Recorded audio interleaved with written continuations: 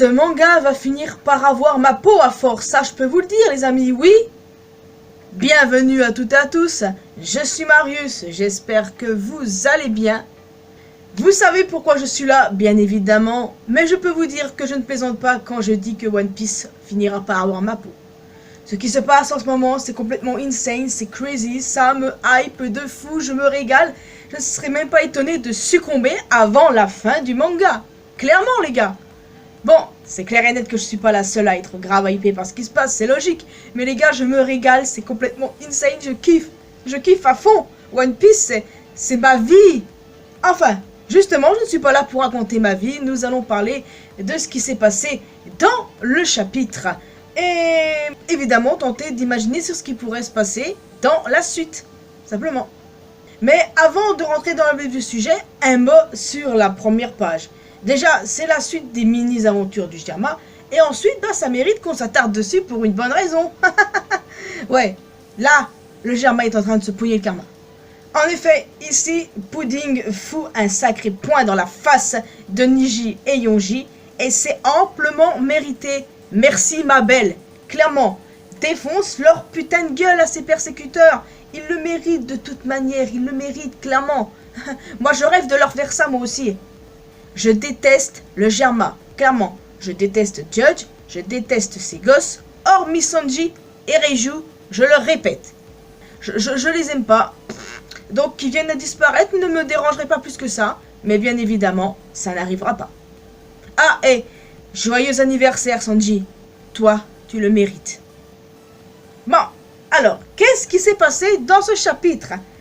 Le chapitre s'est ouvert sur la discussion entre Momonosuke et Yamato. Nous apprenons qu'il manque des pages au journal d'Oden. Les pages en question concernent la raison pour laquelle Roger et Oden riaient. L'Octel et donc le One Piece. Les amis, est-ce que vous vous rappelez, lors du flashback d'Oden, Toki a déchiré des feuilles que lui avait remis Oden. Et du coup, c'est assez évident que ces feuilles-là soient les pages du journal en question. C'est assez logique. Donc là, ici, on sait que les pages qui ont été déchirées sont en rapport avec le One Piece. Mais est-ce qu'il y a d'autres pages, comme par exemple la volonté du dit, par exemple, est-ce que ces pages-là ont été arrachées? C'est assez probable, voyez-vous. Peut-être que Oden, d'une part, craignait que son journal tombe entre de mauvaises mains, car c'est vrai, ça aurait pu tomber entre les mains de n'importe qui, d'une personne mal intentionnée, et du coup, le fait qu'il ait déchiré ses pages, enfin, qu'il ait demandé à Toki de le faire, parce que c'est assez évident qu'il lui ait demandé de le faire, eh ben, ça en dit long. C'est mon point de vue, c'est comme ça que j'interprète le truc, hein. Mais bon, que Oden ait pris ses précautions avant de mourir, c'est assez logique, je dois vous avouer. Je rajouterai même que c'est désormais encore plus possible que Yamato rejoigne les Mugiwara. Ouais, me revoilà encore avec ça, je suis désolé. Mais je maintiens ce que je dis depuis l'introduction de Yamato. Dans tous les cas, le journal c'était un problème majeur à sa potentielle intégration. Mais maintenant qu'on sait que la localisation exacte de l'Octel, du One Piece, que la page a été déchirée, et ben voilà, c'est plus du tout un problème maintenant, voyons donc. Bon, je vous promets que j'arrête avec ça, mais je voulais le dire, parce que voilà, c'était un problème, les gens n'arrêtaient pas de le rabâcher, de me le rabâcher, mais bon, voilà, maintenant, on le sait, Yamato ne sait pas où se trouve l'Octel, donc le One Piece. Les questions, les pensées, le raisonnement de Momonosuke, tout ça c'est légitime, n'est-ce pas? Ça reste un gamin de 8 ans, malgré son corps d'adulte. Il n'a ni l'expérience ni la maturité nécessaire pour gérer ce genre de situation. Il n'y a absolument aucune lâcheté là-dedans. C'est logique qu'il ait ce raisonnement, voyons-nous, simplement. C'est pour ça qu'il lui faudrait quelqu'un pour le guider. Est-ce que ce pourrait être les fourreaux rouges, s'ils survivent évidemment? Ou est-ce que ça pourrait être Yamato, justement? Quand j'y pense, je trouve qu'elle est la mieux placée pour ça. Et ça voudrait donc dire qu'elle ne rejoindra pas l'équipage et qu'elle restera à Wano. Vous pouvez imaginer pas mal de scénarios, et du coup, j'attends votre avis sur cette situation. Vient ensuite Reizu qui se fait sauver par Jinbei, Franky qui sauve Zoro toujours dans les vapes. T'es mort Zoro? Nami avec Zeus parlant de la défaite de Big Mom, puis Kid et Trafi épuisés. En somme, là on a tout le monde qui se rassemble pour évacuer. Logique, hein, puisque ça peut péter à tout moment. Néanmoins, il y a quelque chose qui m'a perturbé, c'est ce qu'a dit Reizu. Et du coup, ça me fait penser, dans la foulée, Denjiro a complètement disparu des radars. Où est-ce qu'il est passé? Qu'est-ce qu'il va faire? Est-ce que c'est lui qui a causé l'éboulement qui est tombé sur la sale gueule d'Orochi? Est-ce que c'est pas un accident, mais plutôt provoqué volontairement? Ça explique pourquoi on ne voit pas Denjiro, parce qu'il doit faire quelque chose de son côté. En tout cas, bien joué Yori. Et franchement, c'était très jouissif comme moment. Orochi, je le déteste, et clairement, s'il crève, ça me dérange. Pas plus que ça, au contraire, je serais vraiment ravi.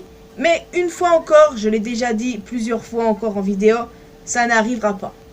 En tout cas, j'ai quand même vraiment envie de savoir où est Denjiro. Ensuite, nous retrouvons Izu qui a réussi à battre un membre du CP0. Et ensuite, il s'est fait battre par l'autre. Après, est-ce que Izu est mort? Possible, mais là honnêtement, vu le contexte, comment ça s'est passé, je pense pas, non. Et je me demande aussi ce que prévoit Drake. Est-ce qu'il compte s'attaquer à l'autre membre du CP0? Là, je pense qu'il y a moyen qu'il le fasse. Mais ça risque d'être au péril de sa vie du coup, vu qu'il est déjà dans un sale état. Nous apprenons également que le Gorosei a changé d'objectif. Il s'agit d'éliminer Luffy. Pourquoi cherche-t-il à éliminer Luffy? Est-ce qu'ils ont peur que Luffy batte Kaido et qu'ils finissent par obtenir le 3e Road Poneglyph?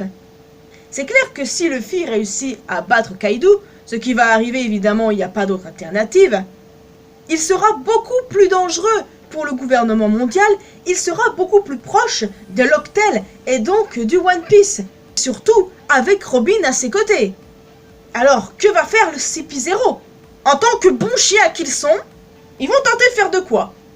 Est-ce que ça risque de compliquer le combat entre Luffy et Kaido? Ça, j'en sais rien. Mais en tant que bons toutous du gouvernement, ils vont tenter de faire de quoi? Je ne saurais vous dire, mais ils vont tenter. On verra bien ce qui va se passer. En tout cas, en parlant de Kaido, une fois de plus, Oda confirme via Kaido que Big Mom a été vaincu. Des baclos, on n'en revient pas là-dessus. Et en plus de ça, on continue d'avoir des bouts du passé de Kaido, comme ici avec Big Mom justement, qui était vraiment canon quand elle était jeune. Clairement, elle a mal tourné, mais bon, on va pas revenir là-dessus non plus. J'ai vraiment hâte, les amis, mais vraiment trop hâte de voir son flashback. Je me répète, c'est vrai, mais j'attends que ça depuis le début de l'arc, quoi. Connaître le passé de Kaido. On a des briefs ici et là, c'est génial. Mais on veut un flashback avec un peu plus d'éléments sur le passé du Yonko. Je pense qu'on peut qu'en avoir un, honnêtement. Et j'ai trop hâte. Alors, Luffy se moque de ses ambitions et dit que son Gear Force sera son dernier. Et oh bordel que ça va être épique. J'ai vraiment trop hâte de voir les nouvelles attaques de son Snake Man. On s'approche de plus en plus de la fin de l'arc, c'est bon. Je suis en train de suer les mecs. Je suis en train de suer littéralement. Mais c'est pour ça que j'espère que le CP0 ne va pas intervenir, parce que ça va littéralement compliquer le combat entre les deux. En tout cas, on verra, mais moi je suis vraiment hypé de malade. Franchement, ça me pète le crâne depuis des semaines, tellement c'est génial, quoi. Et je pense que ça va continuer puisqu'on se rapproche de la fin. Ça va être insane. Je le dis encore et encore, mais oh bordel, j'ai trop la hype. Et j'ai vraiment trop hâte de voir le chapitre de cette semaine, les potos. Vraiment trop hâte. Enfin, je pense que le prochain chapitre se centrera sur la continuité du combat entre Kaido et Luffy. Après, on pourrait peut-être voir d'autres personnages secondaires, d'autres protagonistes ici et là. Mais je pense qu'il sera exclusivement centré sur Kaido et Luffy, du coup. En tout cas, les amis, n'hésitez pas à me donner votre avis en commentaire. J'ai hâte de connaître votre ressenti sur cette situation, de connaître vos théories. D'après vous, qu'est-ce qui va se passer durant le combat entre Kaido et Luffy? Est-ce qu'il y a moyen que le CP0 intervienne bien sous ordre du Gorosei? Je pense que c'est logique étant donné qu'ils sont des chiens du gouvernement. Le Gorosei est au-dessus de tout. Enfin bon, voilà, comme je vous l'ai dit, on le verra sans doute dans le prochain chapitre. En tout cas, j'espère aussi peut-être que fin du chapitre prochain, on ait le début du flashback de Kaido, voire le chapitre d'après. Et par contre, évitez de me spoiler, de toute façon, c'est clair et net que les spoilers sont déjà sortis. Mais je pense très honnêtement que je vais arrêter de les lire et attendre le chapitre le dimanche. Ça va être long, mais franchement, je pense que je vais faire comme ça maintenant. On verra bien. Donc voilà les amis, je vous laisse officiellement ici. J'espère que vous avez apprécié cette vidéo. N'hésitez pas à laisser un commentaire en me donnant votre avis sur le chapitre et vos théories. Vous pouvez aussi laisser un petit pouce bleu. N'hésitez pas à me rejoindre sur mes réseaux sociaux, Facebook, Twitter et Instagram. Vous pouvez aussi rejoindre la communauté mariusienne sur Discord, évidemment. Et surtout, le plus important les potos, abonnez-vous à cette chaîne ainsi qu'à ma chaîne secondaire pour que l'on puisse se retrouver dans une prochaine vidéo. Allez les amis, portez-vous bien et vive One Piece. Ciao.